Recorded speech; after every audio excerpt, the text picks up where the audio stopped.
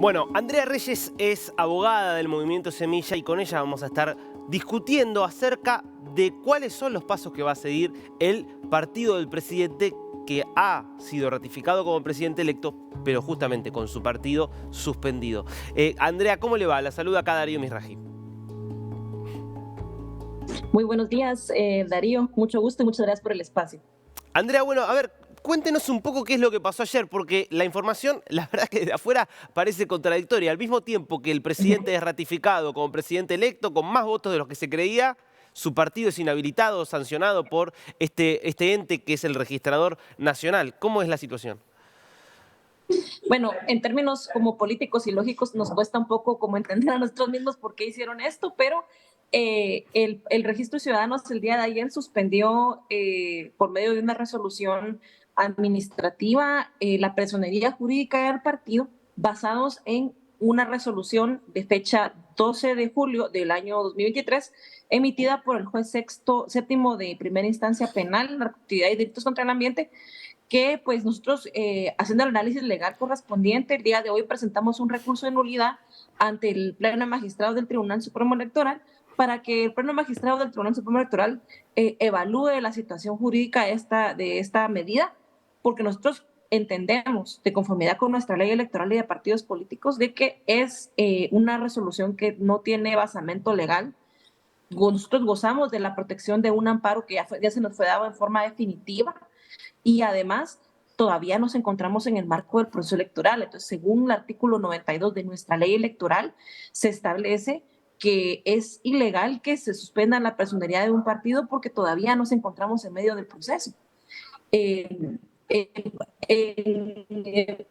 y entre esas y otras argumentaciones que nosotros hicimos ver en nuestro recurso el día de hoy, hicimos ver que realmente no hay una situación jurídica favorable para que esta resolución cobre a la vida jurídica.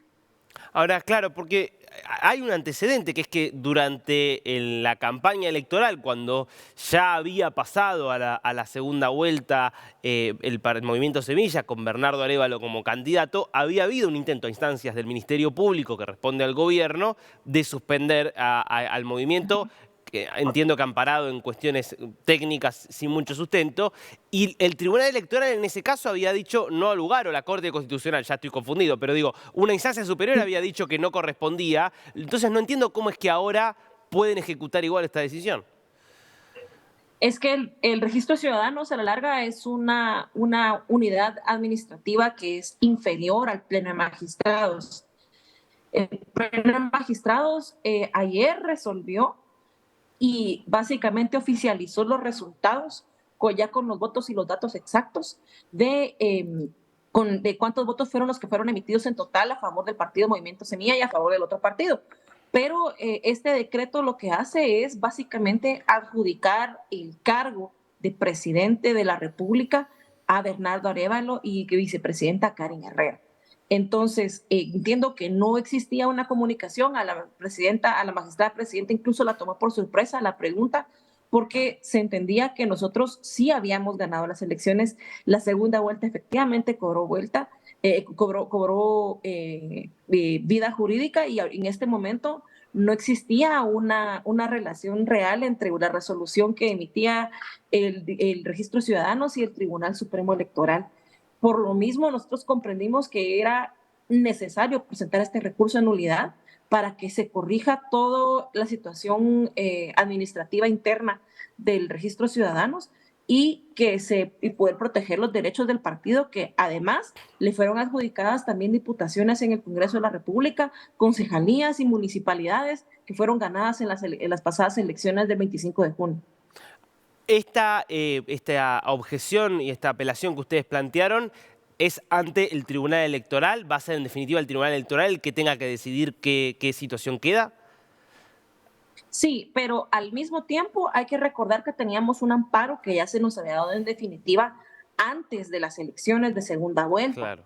Entonces, este amparo también tendría que ejecutarse porque el registro ciudadano está violentando una resolución que ya había sido admitida en definitiva Entonces son las dos vías, tanto el recurso de apelación y de nulidad que presentamos hoy ante el Tribunal Supremo Electoral como ante la Corte de Constitucionalidad, porque la Corte de Constitucionalidad ya nos había dado esa protección y el Registro de Ciudadanos también hizo caso omiso a ese pequeño detalle, ¿verdad?